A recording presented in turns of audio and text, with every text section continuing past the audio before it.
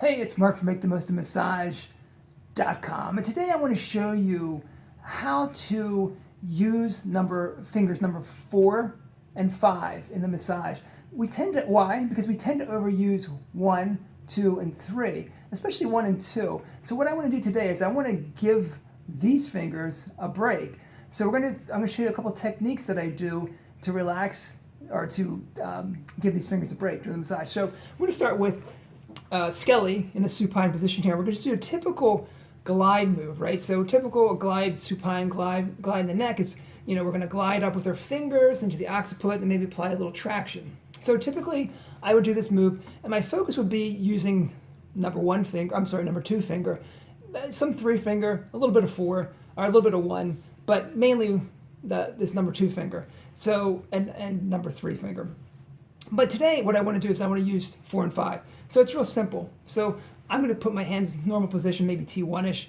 And before I start to glide, or as I start to glide, I'm going to go really just short distance, because right here, my palms are already contacting the base of my palms, already contacting the base of the skull.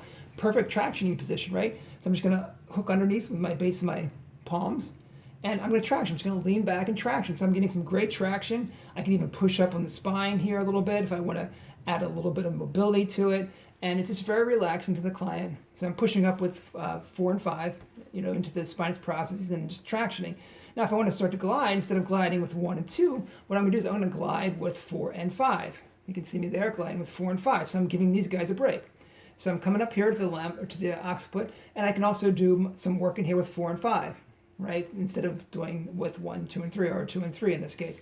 So I'm working with 4 and 5 here. Now the great thing here is I don't even have to use 4 and 5. I could actually just use my palms again, the base of my palms up in here, right? So I'm sort of at the base of the skull, not quite underneath, but at the base of the skull. And now I'm using my palms to do compression. And I can take that compression all the way up, right? So now I'm starting to work in the temporalis with this compression with my palms.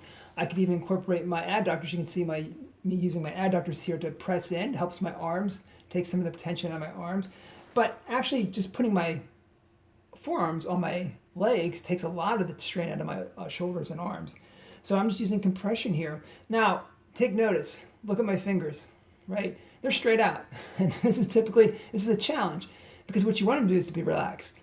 Not relaxed, relaxed, right? So it's instinctive to me to keep my hands like this when I'm compressing. It's harder for me just to relax my hands, but that's what you want to do. You want to give all your fingers a break.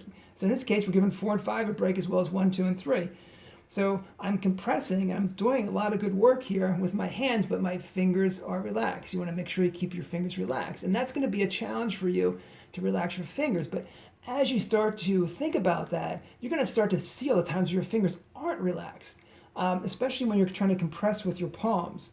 So that's going to be really interesting and hopefully fruitful for you if you just start to think about all the different times you can relax your fingers and start doing it during the massage. So here again, you can come up and start working with 4 and 5. You can even bring every finger down, put every finger down, but just focus your pressure on 4 and 5 rather than 1, 2, and 3. And that way you can give 1, 2, and 3 a break. I'm not saying, again, to use only 4 and 5. I'm saying give 1, 2, and 3 a break by incorporating more 4 and 5. So this is Mark from MakeTheMostOfMassage.com. Thanks for watching. If you have a question, email me at mark@MakeTheMostOfMassage.com or leave a comment below. Thanks for watching.